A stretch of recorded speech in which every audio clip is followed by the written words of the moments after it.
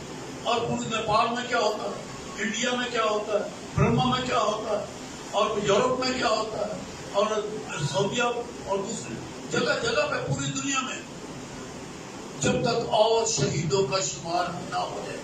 یہ 5ویں مہر کھلی ہوئی تھی. کب کھلی؟ 4تھی صدی سے شروع ہو گئی اور اب تک یہ مہر کھلی ہے.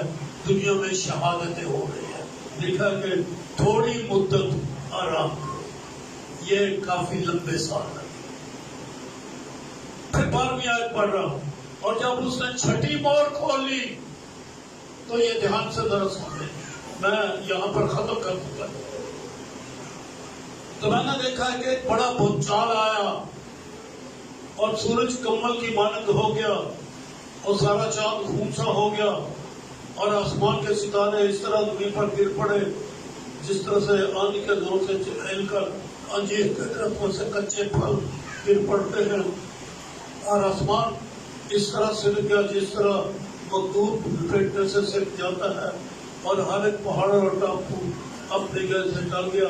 اور زمین کے بادشاہ، امیر اور بادشاہ، سردار، مالدار، زوراور اور تمام غلام اور آزاد پہاڑوں کی غاروں اور چٹانوں میں جا چھپے اور پہاڑوں اور چٹانوں کو کہنے لگے کہ ہم پر گر پڑو اور ہمیں اس کی نظر سے جو تخت پر بیٹھا ہے یعنی برک اور برک کے غضب سے بچا دو، کیونکہ ان کے غضب کا روز عظیم آ پہنچا. اب کون ٹھہر سکتا ہے روز عظیم؟ سو خلاصہ یہ 4 مہریں تو 4تھی صدی تک کامتے آتے، 4 گھوڑے 4 مہریں یہ کھل گئی. پیچھے بالکل اب مڑ کے نہ دیکھو. یہ سارے کام، یہ دنیا کی کتاب ہے، دنیا کا نظام جس نے اپنے ہاتھ میں لیا. یہ سارے کام ہو چکے ہیں. 5ویں مہر بھی 4تھی شروع سے لے کے اور آج تک یہ کھلی ہوئی ہے، اور تقریباً جو جتنے شہادتیں ہونی تھی بہت ہو چکی ہیں. یہ 5ویں مہر بھی تقریباً ختم ہو گئی. اب دنیا کے قانون سے بن گئے. 6ٹھی مہر اب کھل رہی ہے، بلکہ آغاز ہو گیا ہے. یہ 6ٹھی مہر ہے. 7ویں تو بعد میں جائے گی نا، اس کا ذکر اور ہے، لیکن یہ 6ٹھی مہر اب کھلنے والی. لوگ پوچھتے ہیں یا آپ اپنے دل میں سوال کرتے ہیں اب کون سی مہر کھل رہی ہے؟ تو اس کا جواب بائبل میں یہ لکھا ہے کہ یہ وہ ہے جب جنگیں ہوگی، فوجیں اکٹھی ہوگی، اور اس کی ساری وضاحت یہ 6ٹھی مہر کی 6ٹھے نرسنگے کی صورت میں، 6ٹھے پیالے کی صورت میں، اور 7ویں بادشاہ کی صورت میں، ساتوں سے 7ویں بادشاہ اوپیت کی عہد حکومت میں، اور 8 بادشاہ کی. اب یہ مہر جو ہے یہ کھل چکی ہے، جنگ ہونے والی. باقی آپ بائبل میں گھر میں جا کے پڑھیں. یہ 7 نرسنگے کا بیان آپ اپنے گھر میں جا کے 8ویں باب میں پڑھ لینا، اور پھر آگے نرسنگے کا بیان 16ویں باب میں پڑھ لینا. پیالوں کا بیان 8واں باب اور 16واں باب گھروں میں پڑھنا. ساری تصویر آپ کے سامنے آ جائے گی. دریا فرات کا پانی سوکھ گیا ہے، بڑا تھوڑا تھوڑا پیچھے ڈیم بن گیا نا. اب فوجیں اس راستے سے وہ وہاں پر ایشیا کوچک میں، یعنی جہاں پر یہ 7 حکومتیں ہیں، اکلیسیائیں ہیں نا، وہ بڑا ملک اس پر آئے گی، یہاں تک پہنچے گی، ترکی کا ملک ہے، اور اس راستے سے بحر روم کے سمندر کے کنارے کنارے ہر مجدور کی پہاڑیوں پر کروڑوں کی فوج جمع ہونے والی ہے، اور روز عظیم آ گیا ہے۔ جو ہی جنگ ہوگی، فوجیں آ رہی ہیں، پیغام جا چکا ہے، ترک نے فوج بھیج دی ہے، 3 مینڈکیاں نکل چکی ہیں، اور 3 بدروہوں کا پیغام، شیطان کا پیغام کہ اسرائیل کو ختم کر دو، یہ قوموں کے پاس پہنچ گیا ہے، روس تک یہ گیا ہوا ہے، چائنا تک گیا ہے، منصوبہ بندی ہو رہی ہے، اور جو ہی یہ ہر مجدور کی پہاڑوں پر 20 کروڑ کی فوج اور سینا کی پہاڑی 20 کروڑ فوج وہاں پر جائے گی، اور اسرائیل کے اوپر حملہ، زمینی حملہ شروع۔ اب تو جہازوں سے ہو رہا نا حملہ، اب تو جہاز بمبارڈمنٹ کرتے ہیں، پھر پیدل فوج جائے گی، جو ہی یہ اس کا پر قبضہ کرنے کے لیے جائیں گے، آپ کو آواز آ گیا ہے میری امت کے لوگوں اس میں سے، یہ کسی دن ہو جائے گا، آج ہو جائے یا کل ہو جائے۔ چھٹی مہر کھل چکی ہے، پیچھے نہ دیکھو جی کون سی مہر کھل رہی ہے۔ میں نے لوگوں کے سوال کا جواب دیا، کل میں سیالکوٹ میں تھا، وہاں پر ایک پادری نے مجھ سے سوال کیا ان کیڑی مہر کھلی ہے، تو میں نے یہ پیغام اسے دے دیا، سب مہریں کھل گئی ہیں، چھٹی اب کھلی ہوئی ہے، 7 ہی بعد میں کھلے گی۔ اب چھٹی کا زمانہ ہے، پہلے 5 مہروں کو بھول جاؤ، وہ ہو چکا کام سارا، اب چھٹی مہر ہے، جنگ ہونے والی ہے۔ آج یا کل کسی وقت بھی آپ کے کانوں میں ایک آواز آئے گی، ساروں کے کانوں میں نہیں، جن کے کان ہیں، تو جن کو سانپ نے ٹیکا لگا دیا، زہر، کیونکہ سانپ کے زہر والے کے کان بند ہو جاتے ہیں، جس کے کان بند ہے سانپ نے ڈنگ مارا ہوا ہے، کیونکہ سانپ کے کان نہیں ہوتے، احساسات سے صرف وہ سمجھتا ہے، تو جن کے کان ہیں وہ سن لیں گے، اے میری امت کے لوگوں اس میں سے نکلو، آپ آسمان میں اٹھائے جانے والے ہیں۔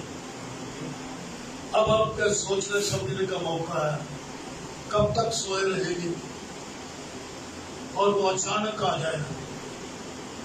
آسیہ کو سندیش کی کلیسا کو کہا کہ جاگ، نہیں تو یہ بھی جائے گا جو کچھ تھوڑا سا رہ گیا تیرے پاس، ہوش ہے تو جاگو، رسمی مسیحی نہ بنو، اصلی مسیحی بنو۔ خدا نے آپ کو برکت دے، آمین۔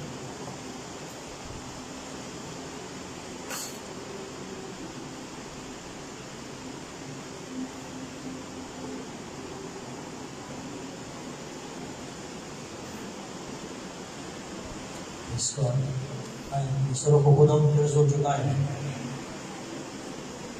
اس بابرکت کلام کے لیے خداوند اپنے خدا کا شکر ادا کریں۔ سو میں درخواست کروں گا پاسٹر یعقوب شاہد سے، وہ اس دعا میں ہماری رہنمائی کریں، باقی سب دعا میں چکے ہیں۔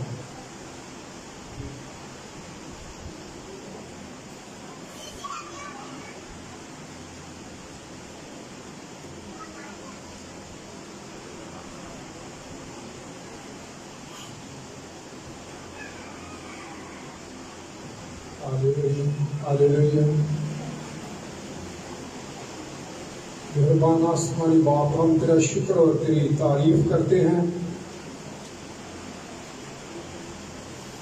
کہ تو ہماری حمد و ثنا پر تخت نشین رہا، اور ہم نے تیری پرستش کی اور تجھ سے برکت پائی، اور پھر اے خداوند تو نے ہمارے لیے یہ ممکن کر دیا کہ ہم تیرے زندہ مؤثر کلام کو تیرے بندہ کے وسیلہ سے سنیں، اور سچ مچ تو اپنے بندہ کی زندگی میں کثرت سے کام کرتا ہے، اور تیری آگاہی میں تیرا بندہ تیرے کلام کو پیش کرتا ہے۔ آج جن باتوں کی کلیسیا کو ہم سب کو ضرورت تھی، تو نے اپنے بندہ کو اس